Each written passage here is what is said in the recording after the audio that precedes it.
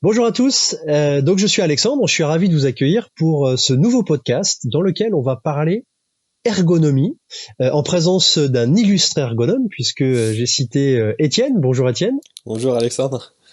Alors en fait l'ergonomie, je suis vraiment très content de t'accueillir parce que c'est un mot ergonomie, ergonome dont on entend pas mal parler et j'ai l'impression quand même qu'il peut y avoir un certain flou ou une certaine méconnaissance de ce qu'est vraiment un ergonome.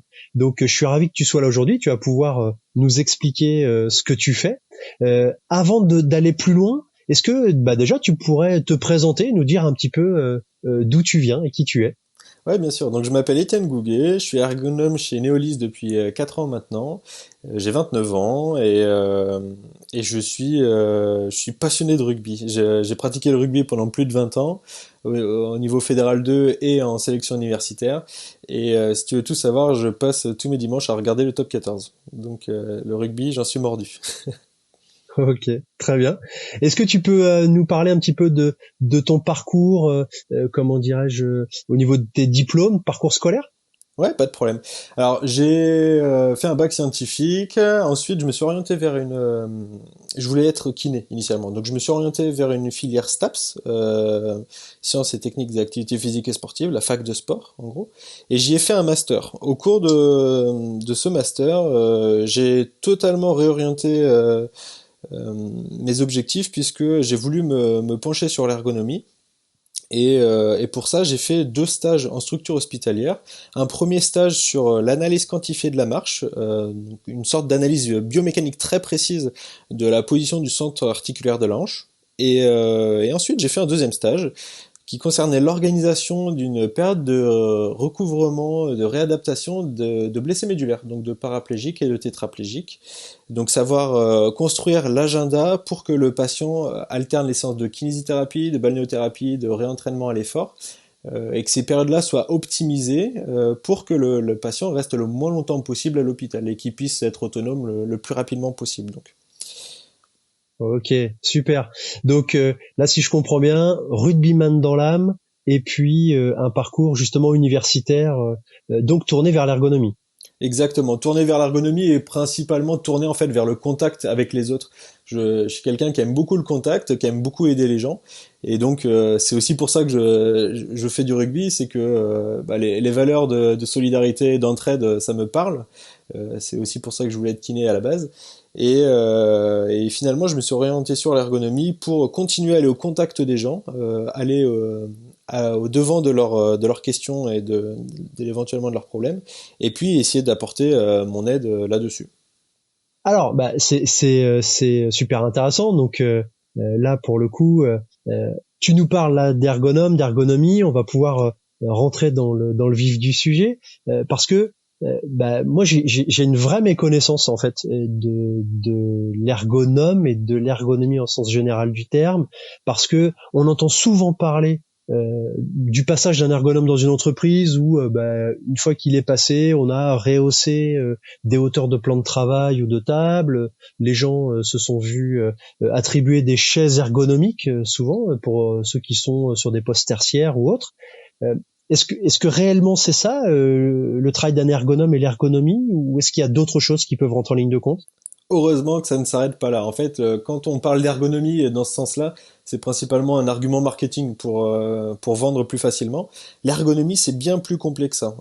Si je reprends les termes complets, c'est la définition de l'ergonomie, c'est en fait chercher à adapter le travail à l'homme. Et donc pour ça, étudier le travail et adapter ce travail-là à l'homme pour qu'il soit le plus facile, le plus confortable et tout en restant sécuritaire pour lui. Donc pour ça, l'ergonomie, elle s'intéresse à beaucoup de disciplines scientifiques. Ça va passer aussi bien par les sciences de l'informatique pour avoir ce qu'on appelle l'expérience utilisateur. Donc si vous voyez quelqu'un qui est UX designer, UX ça veut dire user experience. L'ergonomie va aussi s'intéresser à la physiologie pour connaître les capacités physiques du corps humain et de l'homme avec un grand H. Ça va passer aussi par la biomécanique pour calculer un moment de force développé par un opérateur pour soulever une charge spécifique au cours d'une activité de travail. Mais ça va aussi s'intéresser à l'acoustique, à la sociologie, à l'anthropologie, aux sciences de l'information. C'est vraiment une discipline qui regroupe beaucoup de disciplines. Donc si je dois faire une analogie, je dirais que chaque discipline scientifique est à l'ergonomie ce qu'un joueur de rugby est à une équipe. C'est-à-dire que c'est une petite partie d'un tout et que à chaque fois c'est interdépendant des autres. Donc sans cette pluridisciplinarité, le travail sera incomplet. L'ergonomie va vraiment avoir une approche qui va être globale et holistique. Encore une fois, on va chercher à s'intéresser à toutes ces facettes-là en même temps et pas seulement à un spectre. D'accord. Ok. Donc c'est vraiment très large, mais ça veut dire que à chaque fois que tu interviens dans une entreprise, tu fais forcément appel à toutes ces matières-là, à tous ces sujets-là, ou au contraire, tu vas chercher à te spécifier lorsque tu interviens sur une problématique donnée. En fait, ça va dépendre des situations. Il y a des fois où on va avoir besoin d'une sorte de tronc commun de connaissances scientifiques sur l'anthropologie, sur le management, sur la communication. Et il y a des fois, ça va vraiment être plus poussé. Je vais très bien pouvoir m'intéresser à des communications non verbales entre deux opérateurs qui sont en train d'effectuer une activité de travail, ou alors m'intéresser aux amplitudes articulaires qui développent, et pas du tout m'intéresser à l'acoustique, si jamais l'acoustique est bien, et il n'y a pas de problème là-dessus. Ou alors je peux m'intéresser aussi au type de management au sein d'une équipe pour l'organisation de certaines tâches de travail. Donc ça va vraiment dépendre des situations. Le propre de l'ergonome, c'est de savoir s'adapter à son public et à ses problématiques auxquelles il rencontre. C'est vraiment savoir s'adapter Ok. à chaque fois. D'accord, d'accord. Donc j'imagine que c'est ce qui rend aussi justement ton intervention assez riche finalement. J'imagine qu'il n'y a pas d'ennui dans ton métier. Chaque situation d'entreprise doit être assez différente finalement. Tout à fait. Chaque jour est un jour différent et c'est ce qui rend vraiment le travail abondamment riche et vraiment kiffant aussi. Super. Euh, bon, eh ben, écoute, je me mets dans la peau d'un chef d'entreprise que je suis. Euh, Concrètement, qu'est-ce que ça peut m'apporter? Qu'est-ce que j'ai concrètement à gagner en faisant appel à toi? Alors, peux avoir plusieurs choses à gagner. Dans un premier temps, à court terme, le travail de l'ergonome va te permettre d'identifier et de réduire les risques d'apparition de troubles musculo-squelettiques. Ça, on sait que c'est hyper important. Chaque entreprise en a plus ou moins, et c'est le sujet qu'il faut traiter en priorité parce que ça va pouvoir impacter tes salariés et donc ton entreprise. Ensuite, ça va aussi permettre de pouvoir conserver tes salariés qui ont des restrictions en pouvant, par exemple, aménager des postes de travail, aussi bien d'un point de vue physique que d'un point de vue temporel, enfin organiser une journée différente pour un salarié. Et à moyen long terme, l'intervention d'un ergonome, ça te permettra donc toujours de réduire le risque de TMS de façon efficace. Et ça te permettra aussi indirectement de réduire le coût de tes cotisations AT-MP que ton entreprise paye aux différentes CARSAT. Et ça va te permettre également de pouvoir donner la parole aux salariés, aux opérateurs qui font le travail de ton entreprise. Et ça, c'est le fait de donner la parole, c'est un coup de projecteur que tu mets sur eux. Ça, c'est très valorisant pour eux. Ça va leur permettre d'exprimer ce qu'ils ressentent, d'exprimer les intérêts et les avantages de leur pratique. Donc ça va pouvoir mettre en lumière des bonnes pratiques. Et ces bonnes pratiques-là, bah après, si elles sont valorisées, ça peut que entraîner une dynamique d'amélioration continue de l'entreprise. Donc en plus de valoriser, tu responsabilises les salariés parce que ils vont se remettre en question sur leur façon d'évoluer, leur façon de travailler. Et ça, ton entreprise a tout à y gagner. Pour une excellente image, pour réduire des TMS, réduire les cotisations que tu vas payer au CARSAT, t'as tout à y gagner. Ok. Et dans ce que j'entends, donc, ok, un impact sur un but sur la diminution des TMS et taux ATMP, amélioration globale de notre façon de travailler. Tu parles de l'implication des salariés. Est-ce qu'en règle générale, les gens ils se livrent facilement à toi ou est-ce qu'il peut y avoir une certaine forme de réticence parce que finalement tu viens leur parler de leur travail? Est-ce qu'ils se sentent pas jugés? Enfin, moi je pourrais peut-être être réticent en me disant bah ouais mais il vient m'évaluer et peut-être que ce que je fais c'est mal et peut-être que ce monsieur-là va me réprimander ou va le dire à mon chef. Enfin, quelle est la relation que tu as avec les salariés? Alors c'est une relation qui est particulière parce que je suis pas du tout un examinateur, je suis pas un contrôleur. En fait, je suis juste là pour observer ce qu'ils font, les faire parler à ce sujet-là, et par la suite essayer d'en comprendre la logique et éventuellement essayer de l'améliorer. Quand je travaille, je suis soumis au secret professionnel, donc ce qu'ils vont pouvoir me révéler, je vais pas le dire à tout le monde. En plus de ça, bon, c'est propre à chacun, il faut avoir le sens du contact. Moi, je pense l'avoir un petit peu, ce qui fait que ils vont pouvoir rentrer dans de la confidence et ils vont pouvoir me donner les petits points précis qui font que leur travail est bien fait. Le petit plus qui fait que le travail va vraiment être bien fait. Si je devais me comparer, en fait, si tu veux, je suis comme un cuisinier qui est en train de faire une recette et qui va ajouter le petit conseil supplémentaire à sa brigade pour dire, attendez les gars, pensez bien, le poivre faut qu'il soit mis ici et le haricot faut qu'il soit mis là. Ce qui fait que la recette va être vraiment bien faite, le travail va être correctement fait et au final le rendu sera transparent pour l'entreprise dans le sens où les salariés vont pas se sentir pénalisés, ils vont pas se dire ah oui c'est vrai que lui était venu nous poser des questions, on sait pas où est-ce que c'est sorti ce truc-là encore. Ils vont vraiment avoir l'impression que les choses ont avancé dans le bon sens. Excellent, d'accord. Il y a un point que j'aimerais aborder avec toi, c'est la notion de risques psychosociaux. Là, tu nous décris, je trouve, de manière très claire ton intervention. Les risques psychosociaux et notamment le stress, c'est un sujet qui préoccupe beaucoup les entreprises, les chefs d'entreprise, les managers notamment. Dans une intervention ergonomique, est-ce que c'est quelque chose que tu traites également ou est-ce que si l'entreprise doit faire appel à un autre professionnel? Ouais, bien sûr, je le traite également aussi. En fait, si tu veux, je vais me comparer à un entraîneur de sélection nationale. L'entraîneur de sélection nationale, il est là pour faire en sorte que ses joueurs, ils soient le meilleur possible. Donc, que techniquement et tactiquement, ils soient au point et qu'ils soient efficaces. Mais en plus de ça, l'entraîneur, il va s'intéresser éventuellement au type de chaussures qu'a va avoir un joueur, aux crampons, à comment ça se passe dans sa vie de tous les jours, à son hydratation, à son sommeil, à son alimentation, simplement parce que l'entraîneur, il a besoin de ses joueurs au sens large du terme. Et donc, il va vraiment jouer sur plusieurs tableaux. Bah, l'ergonome, c'est exactement la même chose.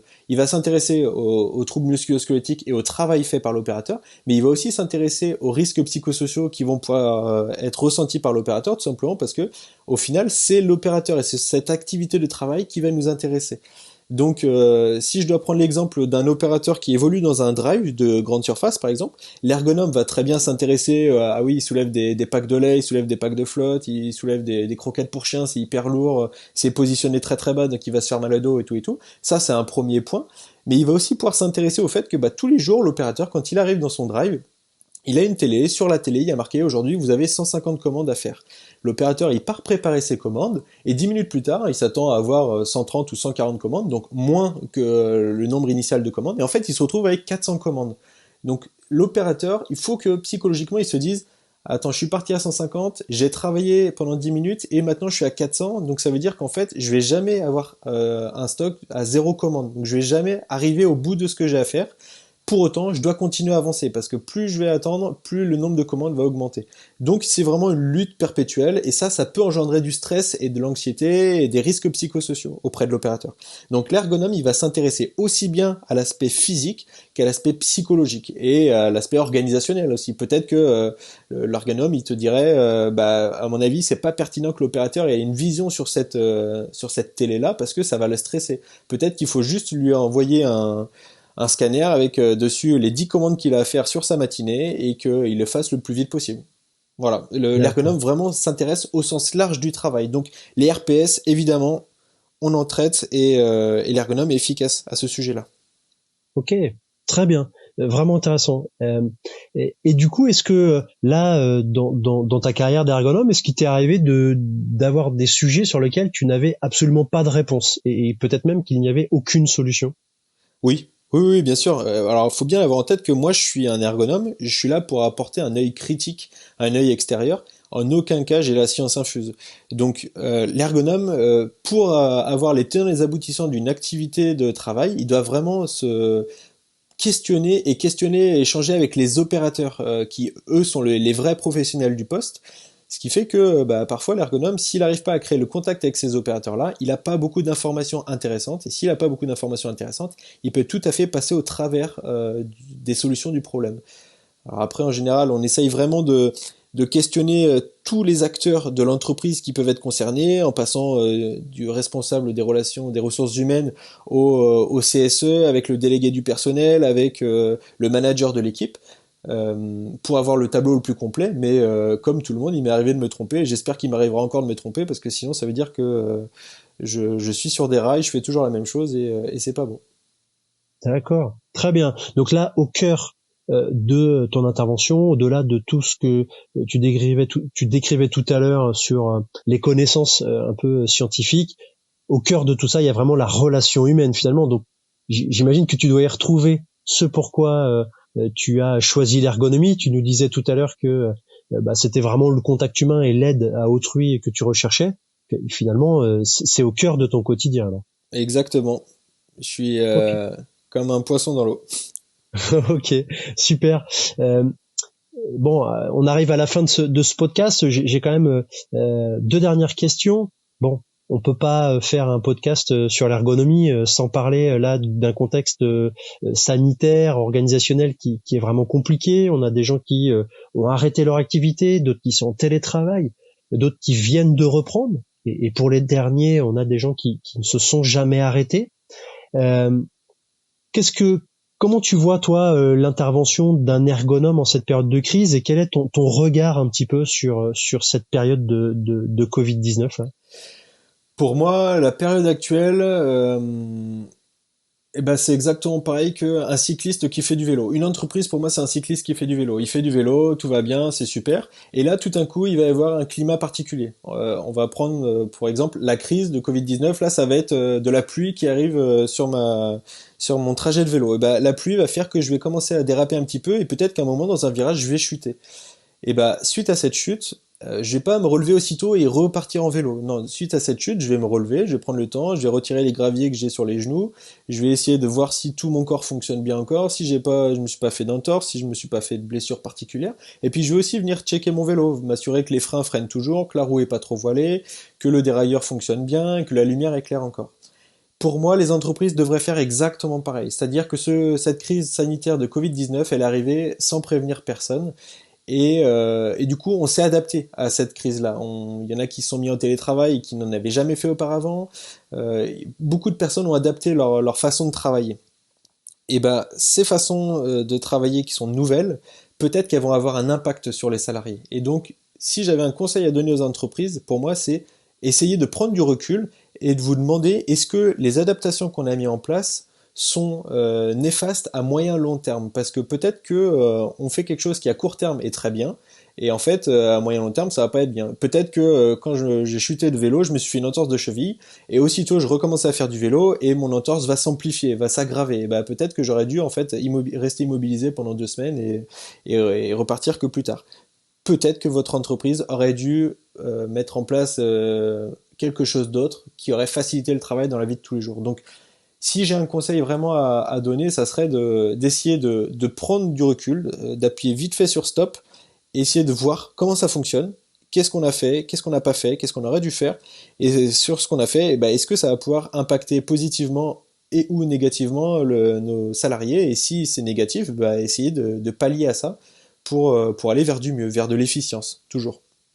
D'accord. Parce que là, quand je t'entends parler, ça voudrait dire que il pourrait y avoir des risques cachés, c'est-à-dire qu'il pourrait, moi, je suis chef d'entreprise, j'ai remis mon entreprise sur les rails, on m'a demandé de respecter différentes règles, distanciation sociale, mais plein d'autres choses, et donc ça veut dire que j'ai bien fait, j'ai mis en place une organisation qui respectait ces règles, et pour le moins, ce que tu es en train de me dire, en tout cas moi, ce que je comprends, c'est que le fait d'avoir changé des choses, ça pourrait générer ou ça pourrait avoir pour conséquence l'apparition de stress ou l'apparition de douleurs ou de problématiques physiques chez mes salariés. Tout à fait. C'est très simple. En fait, dans tes salariés, il y a probablement quelqu'un qui s'est dit, bon, je continue à travailler comme avant, sauf que c'est plus comme avant. Je peux plus aller au bureau pour travailler, je suis obligé de travailler de chez moi. La mise en place du télétravail, ça va avoir des répercussions. chez soi, et ben je vais pas être tout seul. Je vais pas être tout seul avec une pièce isolée dans laquelle je vais pouvoir bosser tout le temps. Je vais être en appartement avec un enfant, avec ma femme, et le simple fait d'avoir en permanence un enfant qui lui n'est pas à l'école, et ma femme qui travaille aussi, et ben ça veut dire qu'il y a un de nous deux qui doit quand même s'occuper de l'enfant. Donc je voulais travailler comme avant, bah finalement je vais pas pouvoir. Donc je vais devoir adapter mes rythmes de travail en fonction de ses siestes, en fonction de ses activités. Je vais pas le délaisser totalement parce que c'est pas possible. Donc je vais devoir trouver une nouvelle organisation. Et si toi, en tant que chef d'entreprise, tu sous-estimes cette perturbation pour tes salariés, eh ben tu vas pouvoir sous-estimer aussi l'impact que ça a auprès de tes salariés. Et peut-être que tes employés, tes salariés, ils vont être très fatigués à leur retour de confinement parce qu'en fait, ça n'aura pas été du tout reposant. Ils en auront fait encore plus que d'habitude. Et du coup, bah, là, tu risques d'avoir des gens épuisés qui vont pas être aussi efficaces. Donc, pour t'éviter d'aller droit dans le mur, il serait peut-être intéressant de questionner tes salariés, savoir comment ça s'est passé, comment ils le vivent, qu'est-ce qu'on pourrait mettre en place pour améliorer ça. Est-ce que la réunion du matin à 8h30 c'est toujours pertinent ou est-ce qu'on peut pas la décaler à 11h30 pour te laisser le temps de petit déjeuner avec tes enfants avant et t'organiser la matinée et s'assurer qu'à la fin tu puisses assurer ta visio. Enfin, toutes ces organisations-là, il y en a qui vont être bénéfiques et il y en a d'autres qui vont pouvoir être néfastes. Le tout sera de savoir lesquelles sont lesquelles. Ok. Bon, bah très bien. Merci. On est arrivé au terme de notre podcast. C'est très clair. C'est-à-dire que bah moi, ce que je découvre de toi, c'est que tu es un rugbyman dans l'âme avec comment dirais-je, cet engagement qu'on retrouve un peu chez les rugbyman, avec ce vrai sens du contact. C'est ce qui t'amène à l'ergonomie. Je comprends mieux aujourd'hui ce qu'est l'ergonomie parce que ça traite vraiment et ça fait appel à vraiment beaucoup de sujets, ce qui te rend capable aussi, sous condition d'avoir vraiment une proximité et un échange, j'allais dire fort avec les salariés, de pouvoir accompagner les entreprises dans l'amélioration globale des conditions de travail et donc permettre une meilleure efficience et pour le bien de tous. Donc bah ça vraiment merci. Est-ce que tu aurais un mot de conclusion? Est-ce que tu aurais quelque chose à nous dire avant de conclure, Étienne? Alors j'ai deux choses à vous dire. Dans un premier temps, allez au Stade Toulousain et dans un deuxième temps, vraiment prenez le temps d'observer vos façons de travailler, de votre organisation et de vous remettre en question. Très important. On sait tous que les situations de crise nous amènent pas forcément aux meilleures solutions. Donc prenez le temps d'analyser ça et regardez votre fonctionnement en interne et prenez soin de vous, évidemment. Super. Merci beaucoup, Étienne. Je te remercie pour ta participation et ton enthousiasme sur ce podcast. Je vous dis pour ma part, à bientôt à tous. Prenez soin de vous et forza. À bientôt. Au revoir.